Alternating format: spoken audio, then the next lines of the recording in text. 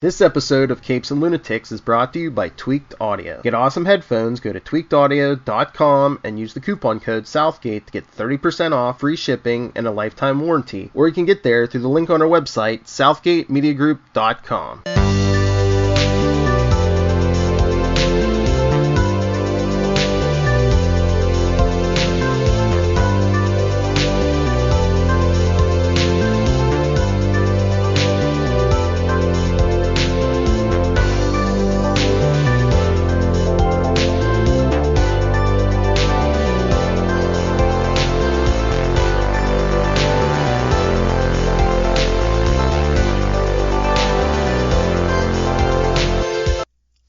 Me hearties, and welcome once again to Full Stream Ahead.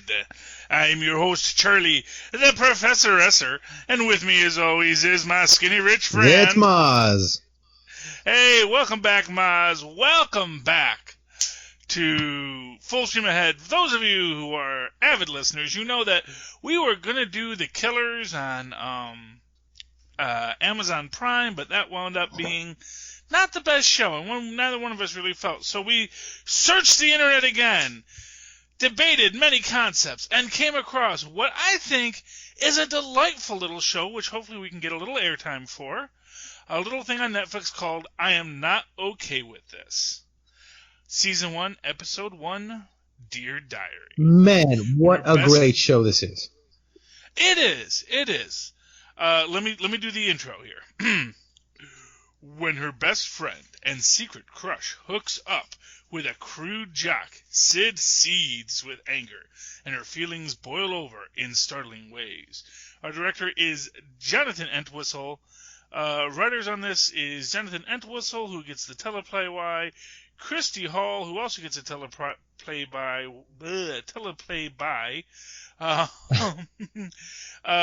Jonathan Entwistle and Christy Hall also get those developed by credits. And hey, you know what? This is based on a comic book by Charles S. Forsman. So thank you, Charles S. Forsman, for this wonderful new show. Sophia Lillis plays Sydney Novak. Wyatt Olive plays Stanley Barber. Sophia Bryant is Dina. Caitlin Rose Perkins is Maggie Novak. Richard Ellis is Brad Lewis.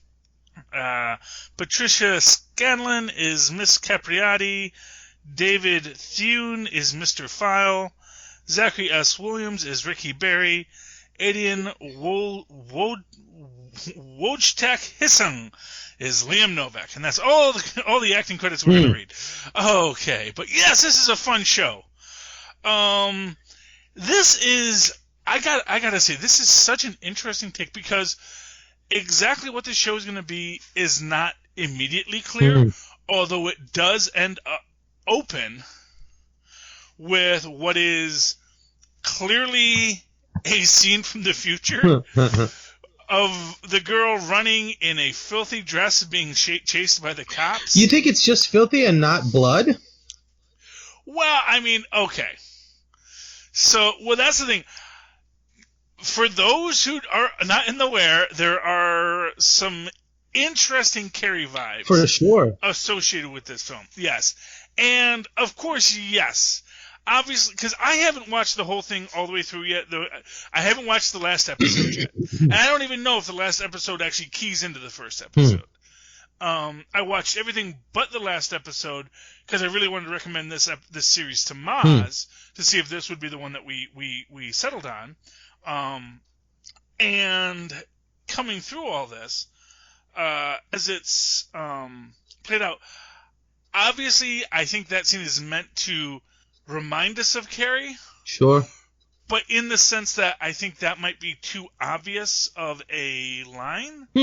I don't know if they're going to go there. I think it may be, you're meant to think it's going to be something, especially because it's where we're opening. I can see that. Well, although what it's actually going to be is something else. What's interesting is the next episode, it begins with her looking the same, but in a much different mind state. She's running, and she's, imminently being pursued.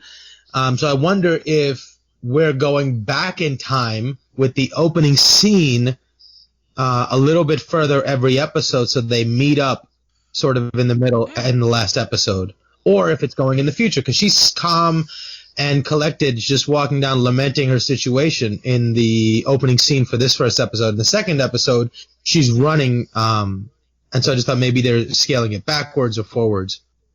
Yeah, that's an interesting take on it, and I actually hadn't even noticed that when I was going over these quickly to do my rewatch before we watched today. So I didn't even notice that, and that may in fact be.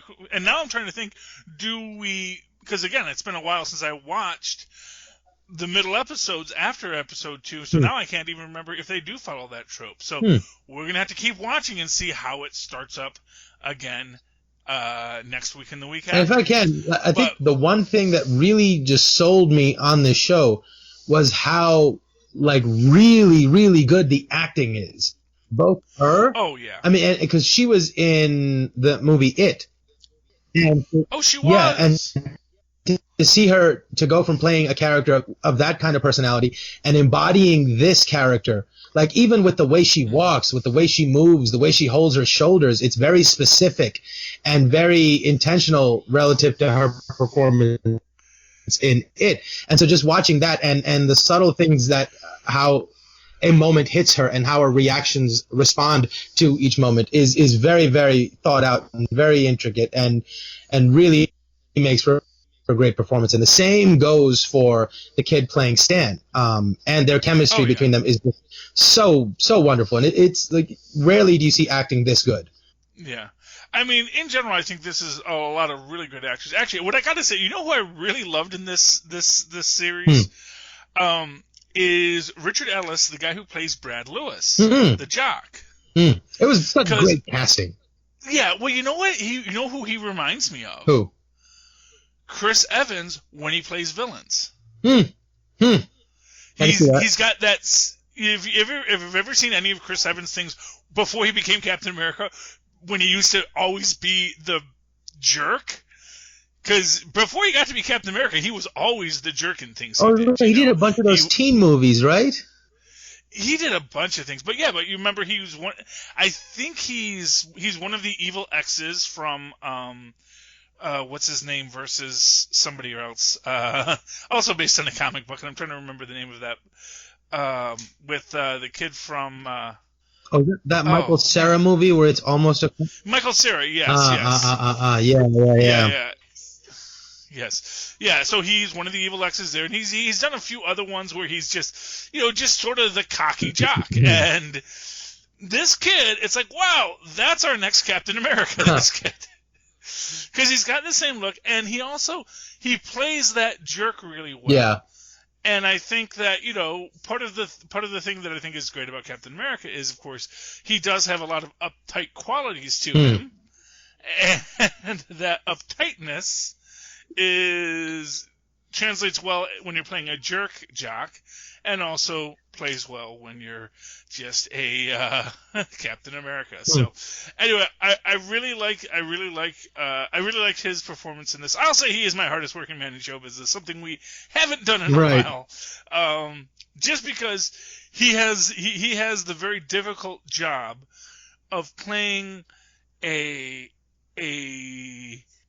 beloved teen in a high school, which is in and of itself a very tight needle to thread, because you have to be likable, because nobody would like him if he was just completely unlikable. Right. So everything he does has to be him negotiating his own story and and telling his own tale. And I think as it goes on, there is a quality of this where if you stopped for a minute and thought about it from somebody else's point of view, not everything is as cut and dry as, which of course is how all teen dramas are. When you think about it, it's like we get our protagonist's point of view, and we tend to see everyone in the same hero and villain logic that they see themselves in. But one quality of this is, I feel that they actually do, whether it's the writing or the acting or a combination of both, they really do give you the idea that actually everybody has their own story, that they're all negotiating all this stuff, and Sydney's, even though it's the protagonist's point of view and really a full story that we're going to get, everyone else has a story too. Right. I mean, heck, Stanley Barber's story is clearly something going on with that, and we only get like wacky next door neighbor from him. We get just the hints of what his life is. But there's enough of a life there that could certainly support its own series if that ever got viewed. Yeah, because how someone lands in that emotional space where you're so comfortable with yourself must be a very interesting story. Oh yeah, well and that's what makes this a really great series, and it's an amazing series because these are all really short episodes. Yeah. These are like 22-minute, like if you were watching them with commercial interruptions, it'd be a half-hour show on broadcast. But here it's just, no, this is what you would normally do in a normal TV show, a normal half-hour TV show. It's about 22 minutes, and that's what they give us. And it is fantastic because they use all 22 of those minutes. Absolutely. And you really start caring and feel for each of these characters. And also, while we're mentioning good acting performances, the younger brother also is really, really good. Yeah, he is delightful as the precocious little brother, and believable at it. Not just sort of like, because these are difficult lines, I think, to come off that way and make it still seem real. Like he seems like a real kid, not a character made up on a sheet of paper. Yeah, I can definitely see that. I can definitely feel where you're going with that. And yeah, I mean it is really well. And here's what I'll say: the only relationship, and maybe I'm wrong on this, and maybe there's like every woman who listens to our podcast is gonna say, "Oh, Charlie, if you only knew," but I just felt the antagonism between the daughter and the mother seemed really, really intense. It seemed real to me because I mean that's. Well, see, I guess that's the thing. It just struck me that everyone was just so mad at each other, and I guess to me, it's like, is that, and maybe it is, maybe that is exactly how mothers and daughters are. And it's how sons and fathers are too. Well, I don't know. I was always pretty cool with my dad. Yeah. I don't know. It's maybe I'm the weird one. No. I mean, like there's good and they're bad, but like in the spots where it's bad, it definitely rang true to me. Mm-hmm. Because it's all what it really isn't that you have any real bad feelings towards the other person, but it's just things that are left unsaid. And lamenting those things that are left unsaid, and then being angry about that. And so every sort of conversation seems like a confrontation without confronting the thing that wants to be confronted. And so that sort of unsettles you, and then you react to other things because you can't talk about the things you want to talk about. Mm-hmm. And so, and of course, at the core of all of this is the thing that no one wants to talk about, which is that her father killed himself. And from her perspective, the mother's perspective, she's caught between a rock and a hard place because this girl has already gotten her father taken away. And now do you want to take away the memory of the father too? But she just has to grin and bear it. Oh. Yeah. But what's funny about that is like, yeah, she doesn't want to badmouth the father to the daughter, but at the same time, the daughter clearly didn't have any illusions about her father. She mentions that he's a pothead, in fact, the next episode, she makes the point. But that's also the worst thing she mentions about him, like she doesn't, I don't think she has any idea of the rest of who her father was. That's true. Except for the fact that I guess, maybe he wasn't working, which definitely seems to be the case. An unemployed pothead is not the best father, and certainly is going to be a struggle for the mom, and then ends his life, and whatever he was bringing to the table is now gone. And they're struggling, this family is clearly struggling.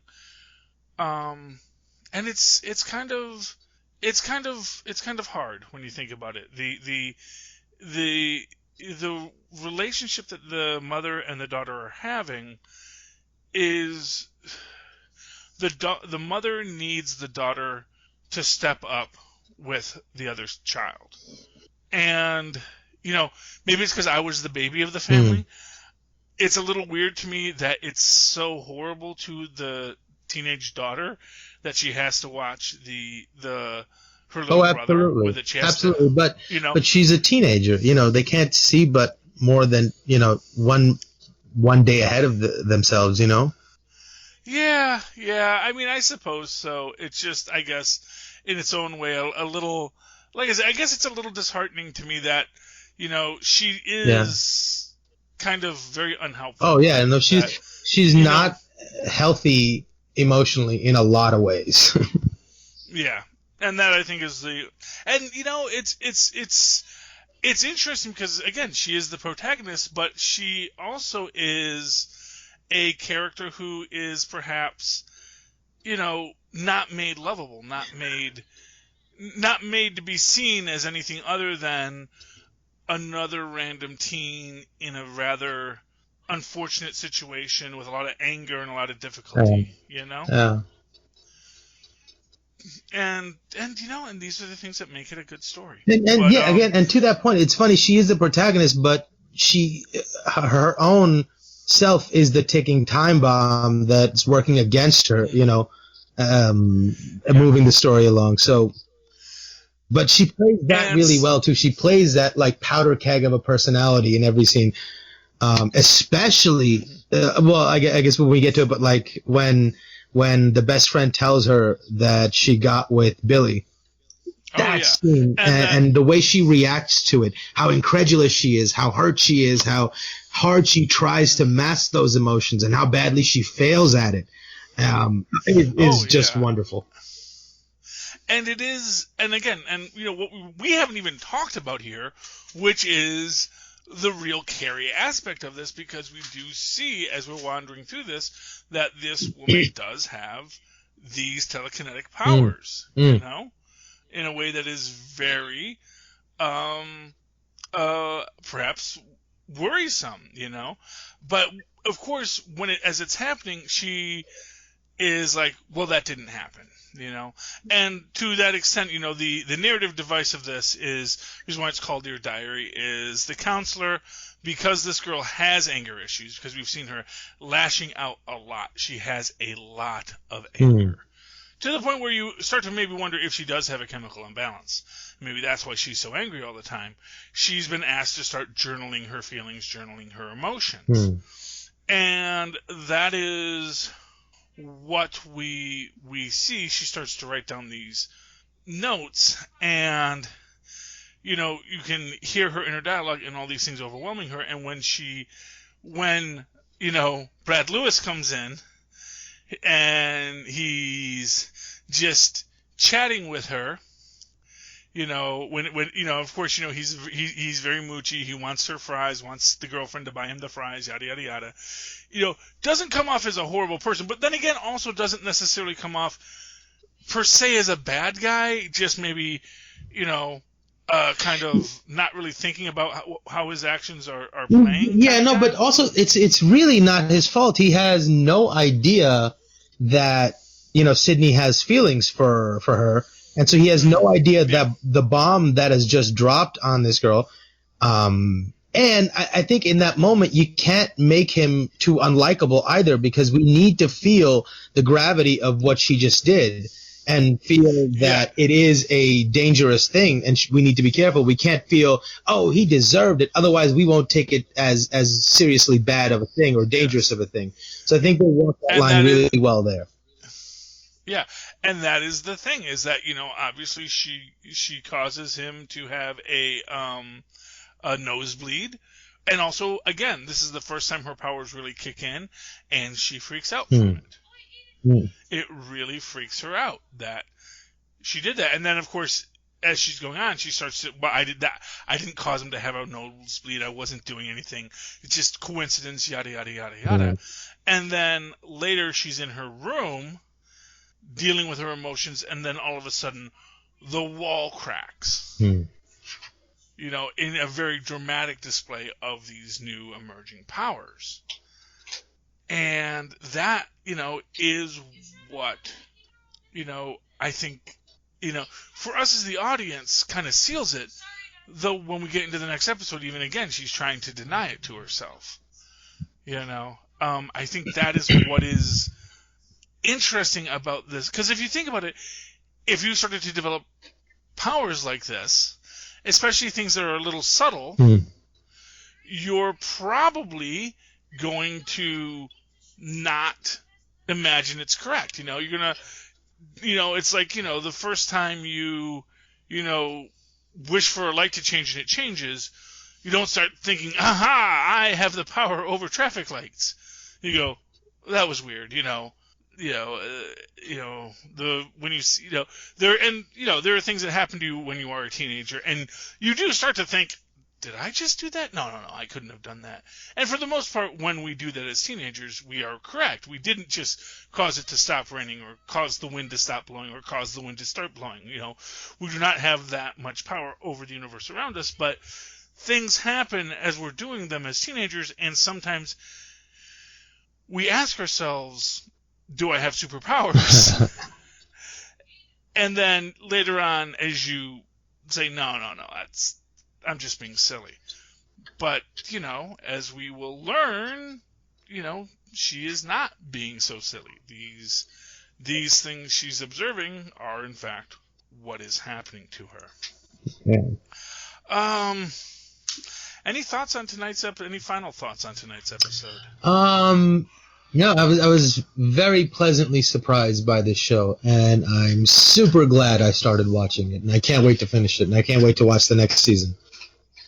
Yeah, I mean, and like I said, it's really great. It's nice short episodes, so we can get through these rather quickly and talk about them. And honestly, I have loved these, and I cannot wait to finish the season 2. Okay, you know what I Mozz. just realized? Yeah. Sorry, final thought. You know what I just realized? You know why I love Stan's character so much? Why? Because I always loved Ducky from Pretty in Pink. Oh, and he's totally Ducky. Yeah. He even looks like Molly Ringwald. Yeah, I think that is a definite influence that went through in the cat, and I don't know if that's maybe, it's one of those questions where, like, I've never read the original book that this is based on. So I don't know if it may have been that when the artist originally created this, he was thinking, what if Molly Ringwald was Carrie, and that may be what he's trying to, maybe that might be what the story is. And as I played in my head, just saying that out loud as a mashup of this, what if Molly Ringwald was Carrie? That kind of makes sense to me, that this is Molly Ringwald as Carrie, if you didn't have the insane, the very insane mom that Carrie had, it's a very different story. Because, of course, so much of the story of Carrie is informed by the fact that she's living in that abusive environment. But really here you have a situation where, it's a lousy environment, but it's not particularly abusive. It's hard, but it's not, it's not the kind of thing that's going to make a woman blow up the high school dance. And likewise, probably isn't going to get pig's blood dropped on her at the end of it. So, and that's the thing. That's where I'm going with this. I get the feeling like if you do that, that is, I think it's too obvious. So I think whatever happens to her that leads up to that opening scene, I don't think it's going to be a full-on Carrie redo. Right, because she's not going to blow up a bunch of people. Exactly. Like, at most, I think, like, the punch bowl just accidentally spills on her or something. As we see, sometimes these things do get kind of tossed around, and, she gets mad and the punch bowl flies across the room and hits her, kind of thing. But we will see what happens when we get to that episode. Whatever episode it happens in, because I got a feeling it's not going to happen by the 7th episode. I think we're going to get to that 7th episode. Yeah. Again, that's the other thing is there's only 7 episodes in this. And I love that they're just taking their time. It's almost like it doesn't even matter that she has superpowers. They're so inconsequential so far to the story that it really is just about their story, what's happening to these kids, and they make it so interesting that you don't care that it's not a full-on superhero show just yet. You care enough about the characters that you don't need it just yet. Exactly, and that's what's great about it. Okay, so Mozz, if people would like to reach out and talk to you and maybe influence you with their psychic powers, how can they do so? Ooh, bring it on. They can email me at mozzmanzoor@gmail.com or find me on Facebook under Mozz Manzoor. That's MOZZMANZOOR. And, of course, if you are listening to this podcast, you are a fan of the Capes and Lunatics Network, the Southgate Media Network, be sure to check the links below for other shows, including the original Capes and Lunatics podcast, Super Connectivity, and Enough Said, where me and Mozz will be reviewing Agents of S.H.I.E.L.D. once it comes back. And, of course, to help us all out as you're trying to make a little money in this business, you may want to check out Pod Life the book on Amazon. And while you're over on Amazon, use the link in the notes below to use our link through to get to Amazon. Cost you nothing, gives us a couple of nickels back on the back end. And who wouldn't be happy there? I know you're shopping from Amazon. You probably need toilet paper. Just gonna guess. Why not use our link to go buy some toilet paper? In the meantime, if you'd like to write to me in that old-fashioned email way, the way our Mozz and Paz once did, do so at superconnectivityblog@gmail.com. That's superconnectivityblog, all one word, @gmail.com. And of course, follow me on the Twitters as I live tweet those self-same Agents of S.H.I.E.L.D. when they get back. At Charlie Esser, that's CharlieEsser. Look for the 2 E's in the middle. For quality. Bing! Thank you, Mozz. All right, ladies and gentlemen. All right, you scurvy landlubbers. You have once again come aboard and came with us across these wine-dark seas. Thank you for joining us. Please tune in next week for another episode of Full Stream Ahead. Arg. Yarg.